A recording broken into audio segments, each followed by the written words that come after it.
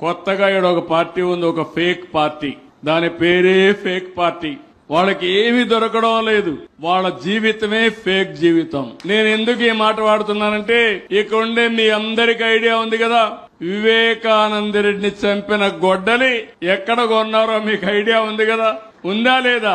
ఉందంటే చేయిల పైకెత్తండి. దానిపైన ఆ గొడ్డలితో చంపి ఆ నేరాన్ని నా పైన నేనే ముఖ్యమంత్రిని. నాకే ఆశ్చర్యం వేస్తుంది, ఎంత అమాయకుడు ఎట్లా మోసపోయానని. నేను దయాదాక్షిణ్యాలు, నేను ఎవరి మీద రాగద్వేషాలతో పనిచేయను. అదే సమయంలో ప్రజలకు నష్టం కలుగుతుందంటే, మీ ప్రాణాలకు మీ ఆస్తికి నష్టం జరుగుతుందనుకుంటే, ఎలాంటి వ్యక్తి అయినా ఎలాంటి సమస్య ఉన్నా ఢీ కొట్టడానికి నేను సిద్ధంగా ఉంటానని మరొకసారి తెలియజేస్తున్నా. అలాంటివన్నీ చేస్తే ఆ రోజు మీరు చూస్తే నిద్ర లేసి చూశాను. చూడంగానే మా వాళ్లు పంపించారు ఒక చీటీ నాకు. వివేకానంద రెడ్డి గుండెపోటుతో చనిపోయాడు. ఎవరు చెప్పారు? సాక్షి పేపర్లో వచ్చింది. నేను కూడా అనుకున్నాను, సాక్షి టీవీలో అందరూ వచ్చాయి కాబట్టి ఇంత నీచం చేస్తారా అని.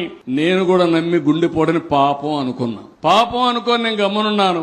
ఎలక్షన్లు వచ్చాయి, సీట్లు పంపిణీ ఆ గొడవల్లో ఉన్నాం. అది అవుతానే మీరు ఒకసారి చూస్తే ఆయన కూతురు బయలుదేరి వస్తూ, మా నాన్న చనిపోయాడు, ఏదో నాకు అనుమానం ఉంది, మీరు పోస్ట్ మార్టం చేయాలని అడిగితే పోస్ట్ మార్టం చేయమని ఆదేశాలు ఇచ్చాం. ఆటోమేటిక్ గా చేయాలి. అయితే ఇక్కడ జరిగింది మీరు చూస్తే, ఒక సీఏని దగ్గర పెట్టుకొని మనిషిని చంపిన తర్వాత రూమ్ అంతా క్లీన్ చేయించారు.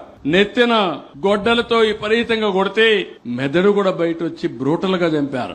అలా చంపిన తర్వాత అవన్నీ కుట్లేశారు. కుట్లేసి శవపేటికి తీసుకొచ్చి శ్మశానానికి పంపించే పరిస్థితికి వచ్చారు. ఆవిడ అడిగిన తర్వాత పోస్ట్ మార్టం చేస్తే ఇది గుండెపోటు కాదు, గొడ్డలి వేటు అని చెప్పి నిర్ధారణ చేస్తే, సాయంత్రానికి ప్లేట్ ఫిరాయించి ఆ అమ్మాయిని కూడా మేనేజ్ చేసేసి, మా నాన్న చనిపోయాడు, ఇప్పుడు నాకు చిన్నాన్నే ఉన్నాడు, ఆయనే పెద్ద దిక్కు, ఆయన కూడా చంపేశారని చెప్పి ప్లేటు ఫిరాయించి, నెక్స్ట్ డే తెల్లవారికి నా చేతిలో కత్తి పెట్టి నారాసుర రక్త చరిత్రని నా మీద నెరవేసే పరిస్థితికి వచ్చారు. ఏం తమ్ముళ్ళు, అర్థమైందా? ఏమమ్మా అర్థమైందా? మీరు చేయగలుగుతారా ఆ పని? ఎవరికైనా సాహసం ఉందా ఇక్కడ? అలాంటి వాళ్ళు రాజకీయాల్లోకి రావడానికి అర్హత ఉందా అని నేను అడుగుతున్నా.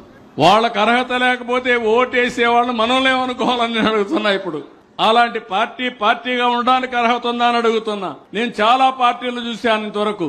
రేపు 28 వస్తే ఫస్ట్ టైం ఎమ్మెల్యే 50 ఏళ్లు అధికారంలో ఉన్నాం. పార్టీ పెట్టి మొట్ట నుంచి ఇప్పటికి 16 ఏళ్లు సీఎం గా ఉన్నా, 15 ఏళ్లు అపోజిషన్ లో ఉన్నా. చాలా మంది నాయకులను చూశా. కానీ నేరస్తులే రాజకీయ పార్టీ పెట్టి రాజకీయ అండతో యథేచ్ఛగా నేరాలు చేసే పరిస్థితికి వస్తే ఎక్కడికి పోతాం?